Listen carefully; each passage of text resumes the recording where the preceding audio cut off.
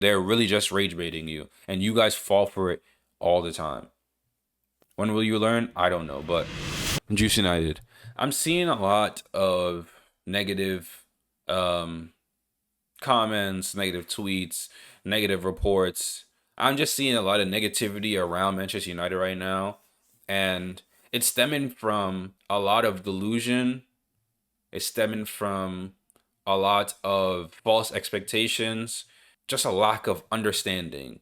Because first and foremost, the highest thing above all is Manchester United is not the dominant force that they used to be. Manchester United is not the amazing club that is of everybody's dreams anymore. We have not challenged for the league in 14 years.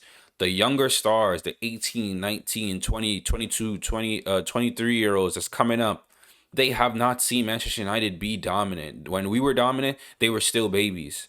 So now they're seeing other clubs be dominant and win stuff. Look at what Elliot Anderson said.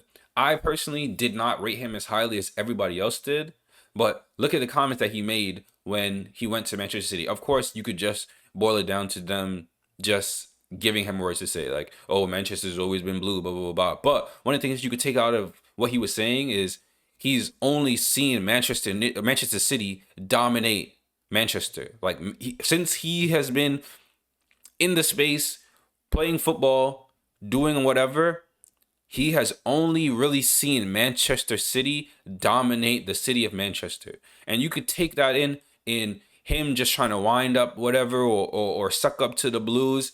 But the reality is that is a fact. Manchester United have been getting their ass whooped by Manchester City over the last 10 years. Like non-negotiable. That is such a factual statement that it doesn't really matter if you care to say it or not. Like that, those are the facts. Manchester City has been whooping our ass, and they have been dominating England, and they won a Champions League. They're doing a lot better than us right now. So as of right now, that's one team that has been dominating in the space where Manchester United have not. Chelsea has won a Premier League in this time frame. They've won a UCL in this time frame. Liverpool have won a Premier League. They've also won a UCL. Arsenal just won the Premier League as well. So if you put it down and understand all the things that's happening around Manchester United, just in terms of our rivals, you would see we're already a step behind. In terms of global fan base and just the overall entity, the global spectacle that is Manchester United, it's always going to stay the same. Well, I would even say that because that could be the next thing that goes down. But as of right now, it's still the global entity and still the big best football club to come out of England and the top three football clubs in the world. That's just the perception of Manchester United right now, and that's how it has been, and that's how it is up until this point. But footballers are now understanding this is not the same. This is not the same team that was dominating before their time. Now that it is their time to come, there's multiple other options that they could go to, and there's a lot of other clubs due to the mismanagement of the Glazers. There's a lot of other clubs now that could pay these wages to these up and coming stars that Manchester United can no longer do. All those Ed Woodward I'm seeing a lot of people talk about Woodward would have signed this person. Woodward would have signed that person. Woodward was signing a whole bunch of bullshit, and he was giving them hundreds of thousands of dollars a week, and they were shit. Because if they were worth it, then they would have got us Premier League champions, Premier League titles. They would have got us UCL titles. But no, he was signing a bunch of players that were shit, and we're still in the same position that we was when Sir Alex Ferguson left. We're still shit. So it's ultimately a battle of realization versus delusion. Like we aren't the same. We are not the same football club. We do not perform the same. Nothing is really the same anymore. So once we come to that realization that we are rebuilding and we have to actually go through with a rebuild, then we can start to temper our expectations of shit. This summer, journalists were coming out and saying, "Oh, Manchester United are going to be the busiest club in the summer." All of the people that was talking about, "Oh yeah, I like this. Manchester United is showing initiative." Then through all the breaks that had gone on throughout the summer and all the things that were happening, Ederson not signing because of an injury we found is picked up. Nobody really knew about it until the day when we called it off. Out of nowhere, we saw Andre Santos come in. We saw Yuri Tillemans come in. No journalists picked those stories up until the day that they were happening, basically. Or I think the Santos one was like the Friday, and then the Monday we signed him. And the Yuri Tillemans one, it was early in the day. The journalists picked up on it because we already put the bid in on his release clause. End of the day, had him signed. We now need to also realize Manchester United aren't telling these journalists shit. So they're recycling the same stupid ass stories and the same things because they know about the players that we're after. This is the journalist's favorite thing right now. They are running the Lewis Hall story into the ground. They are running the Lewis Hall story into the ground right now, and they have no idea what they're talking about. David Ornstein the other day, right? He's one of the best journalists that they have out there. When he says something, it becomes a fact. He literally just said the other day, Bruno Guimaraes is not going to Arsenal because Newcastle are saying that he's not for sale. Yesterday, he just went for 75 million. These guys don't have all the answers. You guys taking everything that they're saying as law, it doesn't really make sense because sometimes they just don't know what they're talking about either.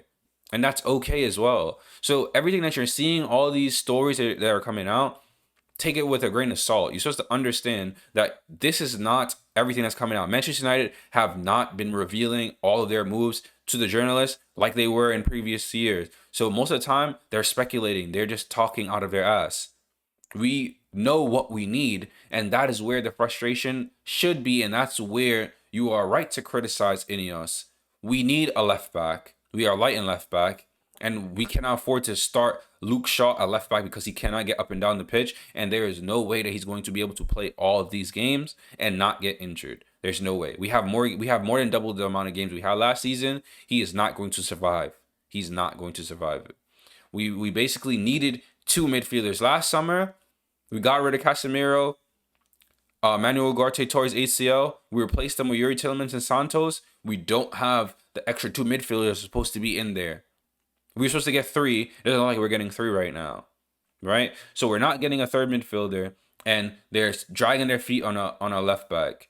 So essentially, we might end up getting nobody. That could be a real that could be a reality for us, that we get nobody else for the rest of the transfer window, which would be terrible, and that would be where you could realistically criticize Ineos because they have the money. They were willing to pay 85 million for Mateus Fernandes, but they didn't want to give him the wages that Spurs gave. So that's why he ended up going to them, because they gave him more bread. Players are not going to just fawn for Manchester United anymore. Unless they are a lifelong Manchester United fan, we don't have that juice no more.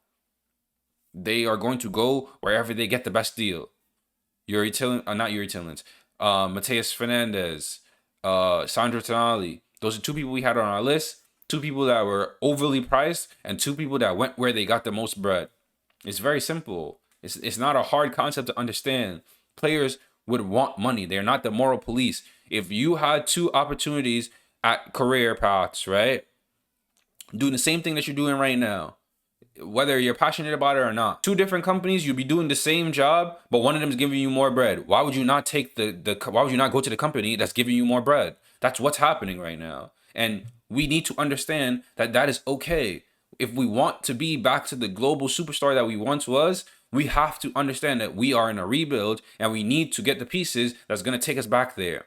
Being upset that we're not buying those pieces is what you're supposed to be upset about. We are not getting pieces that's going to strengthen the club. We still have weaknesses.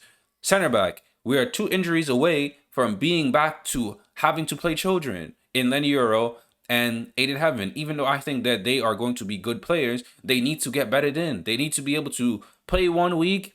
If they have a bad performance, come out of the firing line for a week and then come back in a couple of minutes in another week. We need to be able to do that. But if they are just being baptized by fire, most players do not develop well in those circumstances. And we have seen that over the years with all of the purchases that Manchester United have made. So we understand that it is a detriment to the players that we have when we put them into terrible situations. Michael Carrick has been showing that he can coach this squad to be better and perform better than what we have seen them perform before. We knew that they weren't as bad as what they were performing under Ruben Amorim and Erik ten Hag for the most part, because we kind of have a lot of the same players aside from like 3 or 4. But the performance that we were seeing, we know that a lot of these players could play better than that. But we also need to increase every year the floor of the team. The 2 signings are good. It's a good start. We need more. It's very simple. We need more than that. And right now, they are not giving us that. And that's the end all be all. You could criticize them for the things that make sense, but being mad that we're not overpaying for a kid and we're not matching his salary that he would have got on another team, that's stupid. Being mad that we're not going and paying 80 million for Lewis Hall, we have the bread. That would be more realistic because we need a left back. That is 100% a position that we cannot go into next season without buying because they don't trust Harry Amas. They're trying to sell him. So picking and choosing what you think makes sense is where you're supposed to like actually stop and think, all right, okay, this makes sense of why we need this, or whatever the case may be. It's understanding what actually makes sense. 85 million on a player that is not going to really push the needle doesn't really make sense. 85 or 80 million on, because we don't even know a price because Newcastle won't release a price. We haven't put in a bid yet. That's also a problem. Put in a bid, see what they're asking for, and then you could gauge what you want to do in terms of how much you want to pay for this kid. But there's other options. If you just want to just get a loan or a stopgap or something, there's other players out there. It's not Lewis Hall or bust. There's other left backs in the world. He's not the only left back that we could go out and get. This is what you're supposed to be upset about, that we don't have proper alternatives that actually push the needle. And it's just Lewis Hall or bust. Like, those are the concerns that you should have. Not, oh, we didn't shell out $85 million on this player that I like, so now Ineos are against us. Now Jason Wilcox is against us. Every player that's bad in the scouting list is Jason Wilcox. Every player that I like is Christian Vavell. Doesn't make sense. They are a group. They all sign off on these players, or they all veto these players. If they're not all aligned, we don't go after the player. It's very simple. I think we should be smarter as of right now because we have been getting played by these journalists year in, year out, and majority of you guys do not learn your lesson. Sometimes they're really just rage baiting you, and you guys fall for it all the time. When will you learn? I don't know. But we also need to come to the realization Manchester United is not what we used to be. And we want to get back there. I want us to get back there. You want us to get back there. But infighting and all this other stupidity and just being negative all the time, like the Nottingham Forest channel that fakes being a Manchester United channel, like that doesn't do anything for you. He's making bread off of being negative. You're not making that bread. Well, that was all I had to say. Like, share, subscribe, turn on your notifications. I'm going to be posting on here a little bit more. I think the next video I'm going to be uploading sometime between the next 4 or 5 days. But you'll see the next video when it comes out. So I'll catch you guys in the next video. Later.